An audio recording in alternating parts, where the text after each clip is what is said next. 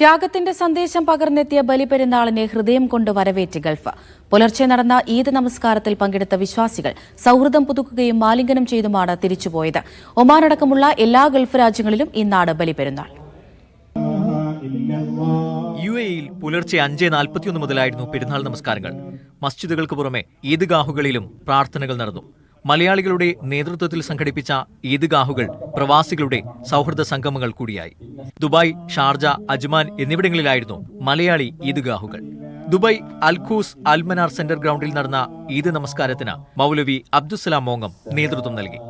Qusais Woodlem park സ്കൂളിലെ ഈദ്ഗാഹിന് Sajid bin Sharif നേതൃത്വം നൽകി. ഷാർജ ഫുട്ബോൾ സ്റ്റേഡിയത്തിൽ ഹുസൈൻ സലഫിയുടെ നേതൃത്വത്തിലായിരുന്നു ഈദ്ഗാഹ് നമസ്കാരം. അജ്മാനിലെ അൽ ജറഫ് ഹാബിറ്റാറ്റ് സ്കൂൾ അങ്കണത്തിൽ നടന്ന നമസ്കാരത്തിന് മുഹമ്മദ് ഇസ്ഹാഖ് നദ്വി നേതൃത്വം നൽകി.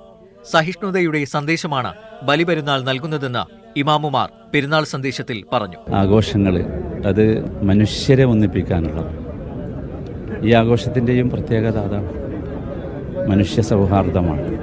ആ സൗഹാർദ്ദം പുലരാൻ വേണ്ടി ഏതറ്റവും വരെ പോകണമെന്നതാണ് സത്യത്തിൽ ഇബ്രാഹിം നബിയുടെ ചരിത്രം. അതാണ്. ഖത്തറിൽ 710 ഇടങ്ങളിലാണ് പ്രാർത്ഥനയ്ക്ക് സൗകര്യമൊരുക്കിയിരുന്നത്. ലോകകപ്പ് വേദിയായ ലുസൈൽ സ്റ്റേഡിയത്തിലും നമസ്കാരം നടന്നു. Emir Sheikh Tamim bin Hamad Al Thani ലുസൈലിലെ ഈദ്ഗാഹിൽ പ്രാർത്ഥന നിർവഹിച്ചു. നിരവധി മലയാളി ഈദ്ഗാഹുകൾക്ക് ഒമാനും വേദിയായി. മസ്കത്തിലെ അമീറാത്തിൽ നടന്ന ഈദ്ഗാഹിന് സദറുദ്ദീൻ വാഴക്കാട് നേതൃത്വം നൽകി.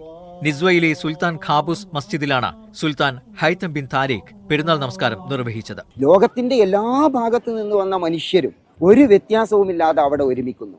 ഈ വിവേചനങ്ങളില്ലാതെ, ഭിന്നതകളില്ലാതെ മനുഷ്യർക്ക് ഒരുമിക്കാൻ കഴിയുക, എല്ലാവരും എൻ്റെ കൂടപ്പിറപ്പാണ് എന്ന് പറയാൻ കഴിയുക, ഇതിനപ്പുറത്ത് എന്താണ് നമുക്ക് വേണ്ടത്? ഈ മാനവ സാഹോദര്യമാണ് ബലിപെരുന്നാളിന്റെ ഏറ്റവും വലിയ സന്ദേശം. എല്ലാ രാഷ്ട്രങ്ങളും ഗവൺമെന്റിന്റെ നേതൃത്വത്തിലാണ് ബലിയറുക്കാനുള്ള സംവിധാനങ്ങൾ ഒരുക്കിയത്. ഇന്ന് രാത്രി ആഘോഷ പരിപാടികളും അരങ്ങേറും. Media 1, Dubai.